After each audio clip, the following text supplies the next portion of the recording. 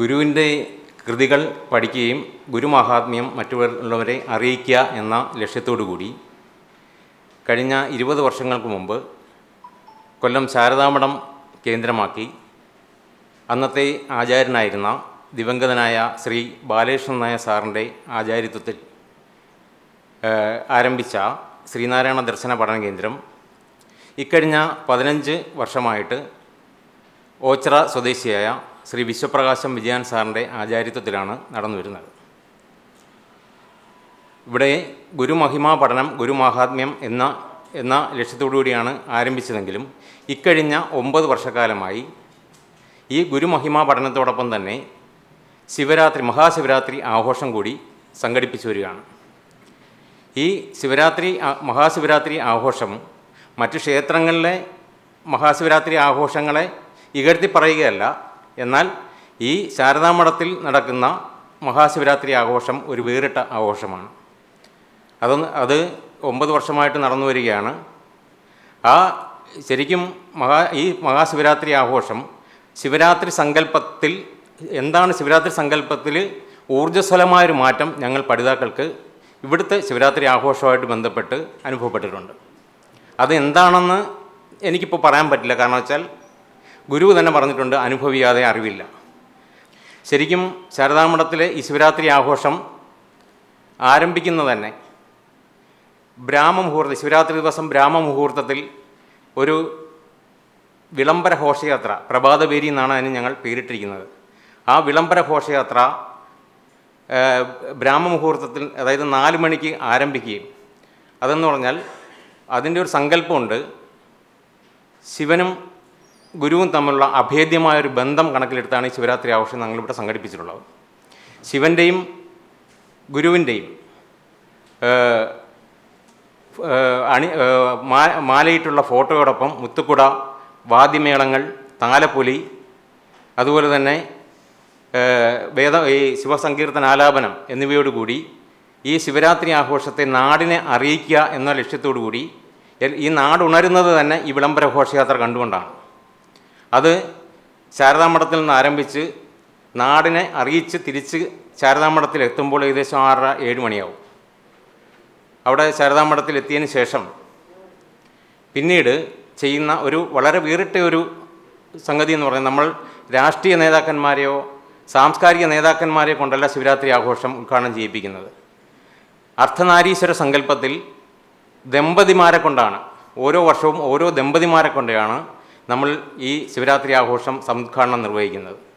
ഇപ്രാവശ്യം ഞങ്ങളുടെ ദിവ്യപ്രഭാ പ്രോജ്വലനം എന്നാണ് നമ്മളതിന് പേരിട്ടിരിക്കുന്നത്. ദിവ്യപ്രഭാ പ്രോജ്വലനം ചെയ്യുന്നത് കൊല്ലം പാൽക്കുളങ്ങര സ്വദേശിയായ ആദരണീയനായ ശ്രീ സുദർശൻ സാറും അദ്ദേഹത്തിൻ്റെ സഹധർമ്മിണിയായ തിലകം സുദർശനും ചേർന്നിട്ടാണ്. അത് ദിവ്യപ്രഭാ പ്രോജ്വലനം നടത്തി ഈ ശിവരാത്രി ആഘോഷം സമുദ്ഘാടനം നിർവഹിക്കുകയും അതിനുശേഷം ഞങ്ങൾ ഒരു ശാന്തിഹവനം ചെയ്യുന്നുണ്ട്. ഈ ശാന്തിഹവനത്തിൻ്റെ പ്രത്യേകത എന്ന് പറഞ്ഞാൽ, അമ്പലങ്ങളിലും വീടുകളിലുമൊക്കെ ലക്ഷക്കണക്കിന് രൂപ ചിലവാക്കി ഹോമം നടത്തുന്ന സാഹചര്യത്തിൽ ഗുരു തന്നെ രചിച്ച ഒരു ഹോമമന്ത്രമുണ്ട്. അഗ്നേ തവ യത്തേജസ് തദ്ബ്രാഹ്മം എന്ന് തുടങ്ങുന്ന ഒരു ഹോമമന്ത്രത്തോടു കൂടിയാണ്. ആ ഹോമമന്ത്രത്തിൻ്റെ പ്രത്യേകത എന്ന് പറഞ്ഞാൽ ഒരൊറ്റ മന്ത്രമേ ഉള്ളൂ.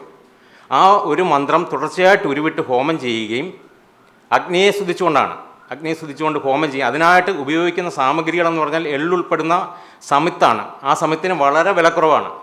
കുറച്ച് സമിത്ത് മാത്രം ഉപയോഗിച്ച് വളരെ ചുരുങ്ങിയ ചിലവിൽ ആർക്കും ചെയ്യാവുന്ന രീതിയിലുള്ള ഹോമമുണ്ട്.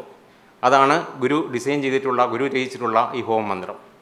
ഈ ഹോമമന്ത്രം നടത്തിയതിന് ശേഷം നമ്മൾ ഈ വേദമന്ത്ര ജപവും അതിനോടൊപ്പം തന്നെ ധ്യാനം, ശിവസങ്കീർത്തനാലാപനം, ഇതൊക്കെയായിട്ട് ശിവരാത്രി 24 മണിക്കൂർ നീണ്ടു നിൽക്കുന്ന, അതായത് ഇത് 24 മണിക്കൂറെന്ന് ആർക്കും തോന്നാത്ത തരത്തിലുള്ള പരിപാടികളാണ് അവിടെ ഉള്ളത് തന്നെ.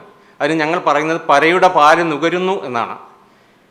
അതായത് ആത്മജ്ഞാനത്തിൻ്റെ പാല് നുകരുമ്പോൾ ഉണ്ടാകുന്ന ഒരു ആനന്ദമുണ്ടല്ലോ, ആ ആനന്ദം അനുഭവിക്കുമ്പോൾ യാതൊരു കാരണവശാലും നമുക്ക് സമയം പോകുന്നത് അറിയില്ല.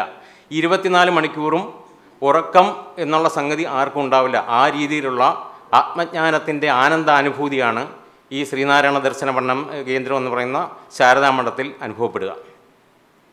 അങ്ങനെ അതിനോടൊപ്പം തന്നെ നമ്മൾ മഹാ ആരതി എന്ന് പറയുന്ന ഓരോ യാമങ്ങളിലും രാത്രിയിൽ ക്ഷേത്രങ്ങളിൽ ശിവരാത്രി ദിവസം ഓരോ യാമങ്ങളിലും 5 യാമങ്ങളിൽ 5 ആരതി നടത്താറുണ്ട്. അതുപോലെ തന്നെ ഇവിടുത്തെ ആരതിയുടെ പ്രത്യേകത എന്ന് പറഞ്ഞാൽ നമ്മൾ ശിവൻ്റെ ഫോട്ടോയിൽ ആദ്യം ആരതി ഒഴിയുന്നു. ഈ ഫോട്ടോയിലിരിക്കുന്ന ശിവൻ തന്നെയാണ് ഈ പ്രപഞ്ചം നിറഞ്ഞു നിൽക്കുന്നതെന്ന് കരുതി ഈ പ്രപഞ്ചത്തിനെ ദർശിച്ചുകൊണ്ട് എല്ലാവരും കൂടെ ചേർന്ന് ആരതി ഒഴിയുകയും പ്രപഞ്ചത്തിന് അതീതമായ ശക്തിയാണ് ശിവനെന്ന് ബോധ്യപ്പെട്ടുകൊണ്ട് ആ ആരതി അതിൽ ലയിപ്പിക്കുകയും ചെയ്യുന്ന രീതിയിലുള്ള മഹാ ആരതിയും ഇതിനോടൊപ്പം സംഘടിപ്പിക്കുന്നുണ്ട്.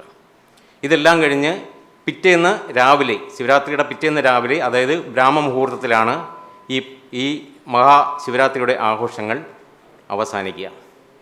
ഇപ്രാവശ്യത്തെ പ്രത്യേകതയെന്ന് പറഞ്ഞാൽ ഈ ശിവരാത്രി ആഘോഷത്തോടൊപ്പം തന്നെ ഗുരുവിനെ വിട്ടൊരു പരിപാടി ഇല്ല എന്നുള്ളത് കൊണ്ട് ഗുരു രചിച്ച ശിവപ്രസാദ പഞ്ചകം എന്ന കൃതിയുടെ ഒരു നൃത്താവിഷ്കാരം കോമ്പറ്റീഷനായിട്ട് നമ്മളിവിടെ സംഘടിപ്പിക്കുന്നുണ്ട്. അത് കോമ്പറ്റീഷനായിട്ട് സംഘടിപ്പിക്കുന്നത് ദേശീയ തലത്തിലാണ്. അത് നൃത്താധ്യാപകരും നൃത്തവുമായിട്ട് ബന്ധപ്പെട്ട എല്ലാവരെയും അറിയിച്ചുകൊണ്ട് ഈ കോമ്പറ്റീഷൻ സംഘടിപ്പിക്കുന്നു.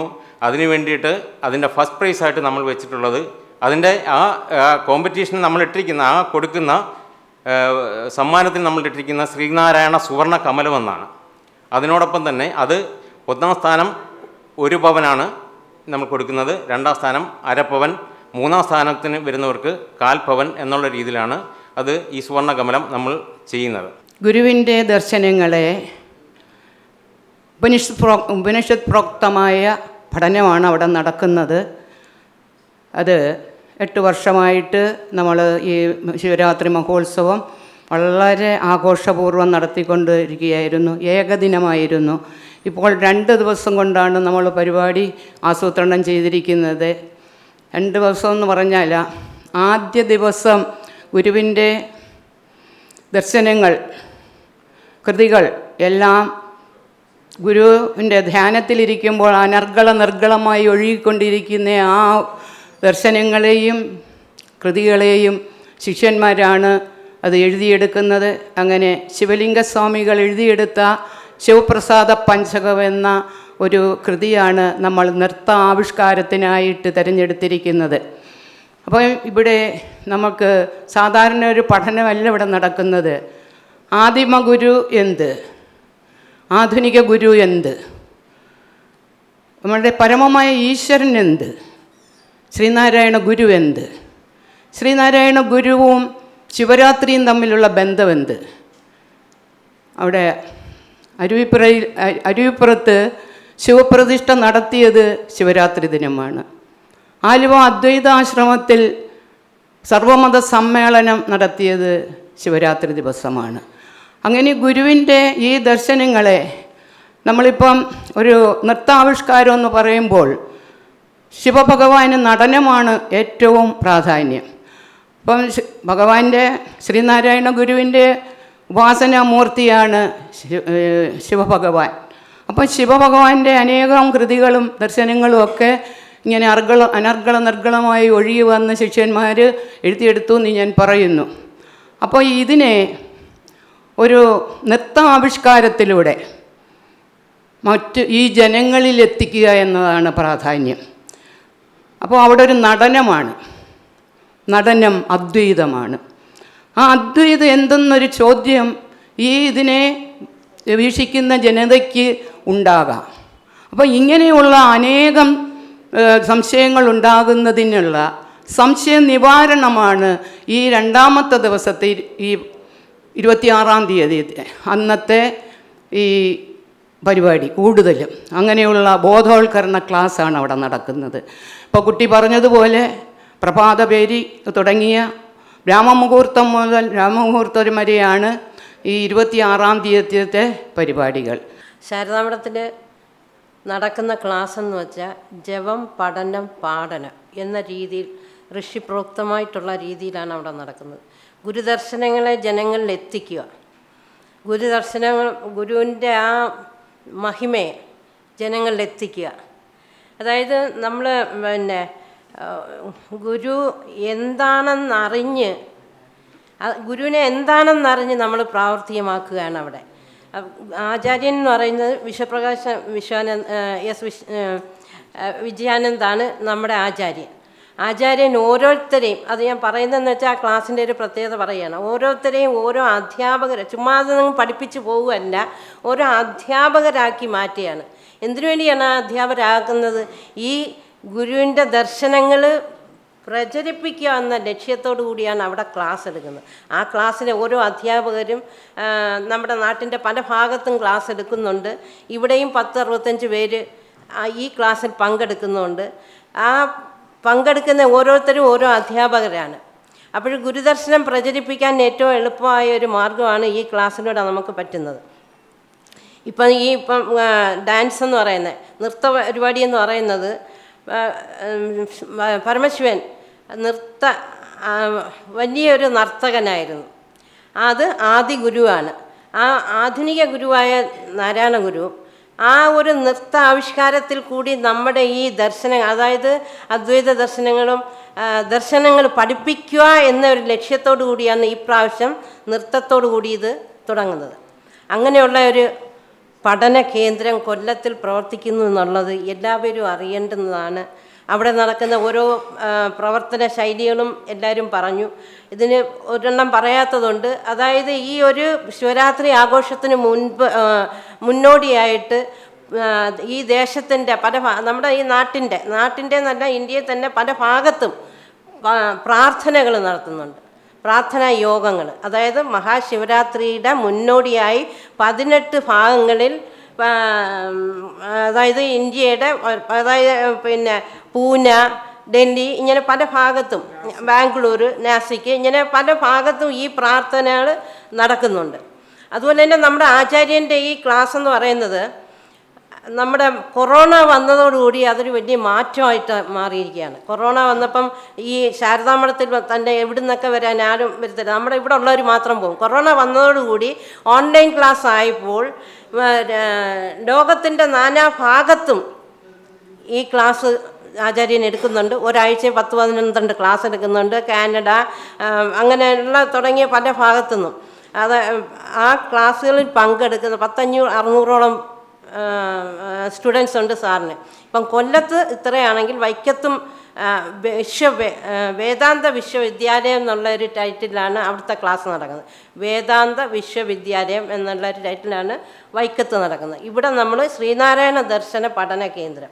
അപ്പോഴേ ഇത്രയും ആളുകളെ അധ്യാപകരാക്കി മാറ്റുന്ന നമ്മുടെ ആചാര്യൻ എന്തിനു വേണ്ടിയാണോ ഇത് ചെയ്യുന്നതെന്ന് വെച്ചാൽ, ലോകത്ത് എല്ലാം ഗുരുദർശനങ്ങളാണ് സകല വിപത്തിൻ്റെയും മരുന്ന് എന്നുള്ളത് വെച്ച് എല്ലായിടത്തും ഇത് പ്രചരിപ്പിക്കണമെന്നുള്ള ഉദ്ദേശത്തോടു കൂടിയാണ് ഈ ക്ലാസ് നടത്തുന്നത്. നൃത്തം എന്ന് പറയുന്നത് ഒരു അദ്വൈതമാണ്. അതായത് നൃത്തത്തിൽ നിന്ന് ഒരിക്കലും നർത്തകനെ മാറ്റി നിർത്താൻ പറ്റില്ല, രണ്ടാക്കാൻ പറ്റില്ല. ബാക്കി ഏതിനെയും നമുക്ക് രണ്ടാക്കി മാറ്റാം. ഗായകനിൽ നിന്ന് ഗാനത്തെ മാറ്റാം, പ്രാസംഗികനിൽ നിന്നും പ്രസംഗത്തെ മാറ്റാൻ. പക്ഷേ നൃത്തത്തിൽ നിന്ന് ഒരിക്കലും നർത്തകനെ മാറ്റാൻ പറ്റില്ല. അതൊരു അദ്വൈതമാണ്. അപ്പം നമ്മൾ ഈ ഒരു നൃത്തം സംഘടിപ്പിക്കുന്നത് വേണമെങ്കിൽ ഇതിനെ ഒന്ന് ആലാപനം ചെയ്തിട്ട് പോകാനായിട്ട് എല്ലാവരെയും വിളിക്കാം. പക്ഷേ ആലാപനം നടക്കുമ്പോൾ കുട്ടികൾ അല്ലെങ്കിൽ ആരാണോ പാർട്ടിസിപ്പൻ്റ് അവർ വന്ന് പാടിയിട്ട് അവർ പോകും. ഒരു നൃത്തമെന്ന് പറയുമ്പോൾ അതിനെ നല്ലതുപോലെ പഠിച്ചെങ്കിൽ മാത്രമേ അവതരിപ്പിക്കാൻ പറ്റൂ. അപ്പോൾ ആ കുട്ടി, ഒരു നൃത്തം ചെയ്യുന്ന കുട്ടിയെ അഭ്യസിപ്പിക്കുന്ന അധ്യാപകൻ ഈ കൃതി പഠിക്കണം, അവരുടെ വീട്ടിലുള്ള മാതാപിതാക്കൾ പഠിക്കണം, കുട്ടി പഠിക്കണം. അപ്പോൾ അത് സമൂഹം കൂടുതൽ അതിലേക്ക് ഇറങ്ങി വരും. അതിന് വേണ്ടിയിട്ടാണ് ഗുരുവിൻ്റെ കൃതികളെ കൂടുതൽ ജനങ്ങളിലേക്ക് എത്തിക്കുക എന്നതുകൊണ്ട് തന്നെയാണ് അതൊരു നൃത്ത പരിപാടിയായിട്ട് സംഘടിപ്പിച്ചിരിക്കുന്നത്. ഇത് പണ്ട് കാലത്ത് നേരത്തെയുള്ള ആൾക്കാർ വളരെ താല്പര്യമെടുത്ത് ചെറിയ തോതിൽ തുടങ്ങിയതാണ്. അങ്ങനെ ക്ലാസ് നടന്നുകൊണ്ടിരിക്കുകയായിരുന്നു. അങ്ങനെ ഇരിക്കുമ്പോൾ കുറേശ്ശെ ആളുകൾ വരും, കുറേ ആൾക്കാർ വരും, ആചാര്യന്മാർ മാറി, അങ്ങനെയൊക്കെ പോയിക്കൊണ്ടിരിക്കുമ്പോഴാണ് പുതിയൊരു ആചാര്യൻ വന്ന് ഈ വിശ്വപ്രകാശം വിജയാനന്ദൻ എന്ന് പറഞ്ഞ സാറിനെ കിട്ടിയ ആചാര്യൻ താല്പര്യമെടുത്ത് തുടർച്ചയായിട്ട് ക്ലാസ് എടുക്കാൻ തുടങ്ങിയപ്പോൾ ആളുകൾ കൂടി വന്ന് മെച്ചപ്പെട്ടുകൊണ്ടിരിക്കുമ്പോഴാണ് കോവിഡ് വന്നത്. കോവിഡ് ശരിക്കും ഒരു വലിയ പ്രതിസന്ധിയാണ്. പക്ഷേ ആ പ്രതിസന്ധിയെ നമ്മളൊരു നല്ലൊരു ഒക്കേഷനായിട്ട്, ഒരു അവസരമായിട്ടാണ് ഉപയോഗിച്ചത്. നമ്മളത് ഗൂഗിൾ മീറ്റിൽ ക്ലാസ് എടുക്കുകയും ഗൂഗിൾ മീറ്റിലേക്ക് ഇത് ക്ലാസ്സുകളെല്ലാം മാറ്റുകയും ചെയ്തതോടെ നമുക്ക് വിദേശങ്ങളിൽ നിന്ന് പോലും ഇപ്പോൾ സ്റ്റുഡൻസ് ഉണ്ട്. 100-200 പേര് പല ക്ലാസ്സുകളിലായിട്ട് എടുക്കുന്നുണ്ട്. ഒരാഴ്ചയിൽ 9 ക്ലാസ് നടക്കുന്നുണ്ട് ഇപ്പോൾ തന്നെ. പഠന കേന്ദ്രത്തിൻ്റെ തന്നെ പല വിഭാഗങ്ങളിലായിട്ട്. അത് കുറച്ച് ഉപനിഷത്ത് പഠിപ്പിക്കുന്നുണ്ട്, ഗുരുവിൻ്റെ കൃതികൾ പഠിപ്പിക്കുന്നുണ്ട്, പിന്നെ ഒരു വേദം, ഉപനിഷത്ത്, അതേപോലെ തന്നെ ഗുരുവിൻ്റെ കൃതികൾ. ഇങ്ങനെ അത് ഒരു സൈക്ലിക്കായിട്ട് നോക്കി അറേഞ്ച് ചെയ്താണ് എല്ലാ ആഴ്ചയിലും ക്ലാസ് നടന്നുകൊണ്ടിരിക്കുന്നത്. ഒരു ദിവസം പോലും മുടങ്ങാതെ അത് ക്ലാസ് എടുക്കുന്നുണ്ട്. ക്ലാസ് എടുത്തുകൊണ്ടിരിക്കുന്ന ഒരു ആചാര്യനാണ്, ഒരു വീക്ഷണത്തിൽ കൂടെ തന്നെ പഠിപ്പിക്കുന്നു. പഠിപ്പിക്കുന്നവരെല്ലാം നന്നായിട്ട് പഠിക്കുകയും പറയിക്കുകയും പഠിപ്പിച്ച് അവരെ കൊണ്ട് പറയിപ്പിച്ചതിന് ശേഷം മാത്രമേ അത് ആചാര്യൻ അവസാനിപ്പിക്കാറുള്ളൂ. അപ്പോൾ അങ്ങനെയാണ് നടന്നുകൊണ്ടിരിക്കുന്നത്. ഈ ഒരു കാര്യം പലപ്പോഴും നമുക്ക് ആവശ്യമുള്ള പ്രചാരം കിട്ടാതെ പോയതുകൊണ്ടല്ലേ ഇത് കുറേ കൂടെ മുന്നോട്ട് വരാത്തതെന്ന് നമുക്ക് സംശയമുണ്ട്. അതിനാണ് നമ്മൾ ഉപയോഗിക്കുന്ന കുറേ അധികം വിശേഷ ദിവസങ്ങൾ. അത് തൈപ്പൂയം ആഘോഷിക്കുന്നുണ്ട്. ശാരദാമഠത്തിൽ വെച്ച് തൈപ്പൂയം ഇതേപോലെ തന്നെ ആഘോഷിക്കുന്നുണ്ട്. ശ്രീകൃഷ്ണ ജയന്തി, ഗുരുവിന് ആദ്യം കിട്ടിയ ദർശനം കൃഷ്ണ ദർശനമാണ്, ശ്രീകൃഷ്ണ ദർശനമാണ്. അപ്പോൾ ശ്രീകൃഷ്ണ ദർശനം കിട്ടിയ ആ ശ്രീകൃഷ്ണ അഷ്ടമിരോഹിണി ദിവസം ശാരദാമഠത്തിൽ SNDPയോട് ചേർന്ന് വാരണപ്പള്ളിയിൽ ഗുരുവിന് ഈ ദർശനം കിട്ടിയ സ്ഥലത്തു നിന്ന് ദീപശിഖ കൊണ്ടുവന്ന് ശാരദാമഠത്തിൽ വെച്ച് അങ്ങനെ 2 ദിവസമായിട്ട് ആഘോഷിച്ചുകൊണ്ടിരുന്നതാണ്. പിന്നെ നമ്മൾ ചുരുക്കി ശാരദാമഠത്തിൽ മാത്രമായിട്ട് ഒരു ദിവസം കൃഷ്ണജയന്തി ആഘോഷിക്കുന്നുണ്ട്. അത് കൃഷ്ണനെ അപ്പോൾ ആളുകളിപ്പം ഇപ്പോഴത്തെ ഇതിനകത്താണ് സനാതന ധർമ്മത്തിൻ്റെ കാര്യങ്ങളും എല്ലാം പറയും. അങ്ങനെ എന്തൊക്കെ പറഞ്ഞാലും ഗുരു തന്നെ പറഞ്ഞിട്ടുണ്ട്, ആ ശങ്കരാചാര്യരുടെ അദ്വൈതമാണ് എൻ്റെ മതം എന്ന് ഗുരു തന്നെ പറഞ്ഞിട്ടുണ്ട്. വാഗ്ഭടാനന്ദൻ വന്ന് സംസാരിക്കുമ്പോൾ വാഗ്ഭടാനന്ദനോട് തന്നെ തുറന്ന് പറയുന്നുണ്ട്, നമ്മുടെ വാഗ്ഭടാനന്ദൻ ഇവിടെയൊക്കെ എന്തിനാണ് അദ്വൈതം പ്രസംഗിച്ചിട്ട് എന്തിനാണ് ഈ അമ്പലങ്ങളിലൊക്കെ പ്രതിഷ്ഠ നടത്തുന്നത് ചോദിക്കുന്നുണ്ടായിരുന്നു. അപ്പോൾ അദ്ദേഹത്തിനോട് പറഞ്ഞ് ശങ്കരാചാര്യരുടെ അതേ അദ്വൈതം തന്നെ നമ്മുടേതും എന്ന് ഗുരു പറഞ്ഞിട്ടുണ്ട്. നമ്മളതെല്ലാം അതേപോലെ എടുക്കുന്നു. അതുകൊണ്ട് തന്നെ ദേവതാരാധനയെ നമ്മൾ തള്ളിക്കളയുന്നില്ല. ദേവതാരാധനയും ഉൾപ്പെടുത്തിക്കൊണ്ട് തന്നെയാണ് നമ്മളിത് നടത്തിക്കൊണ്ട് പോകുന്നത്.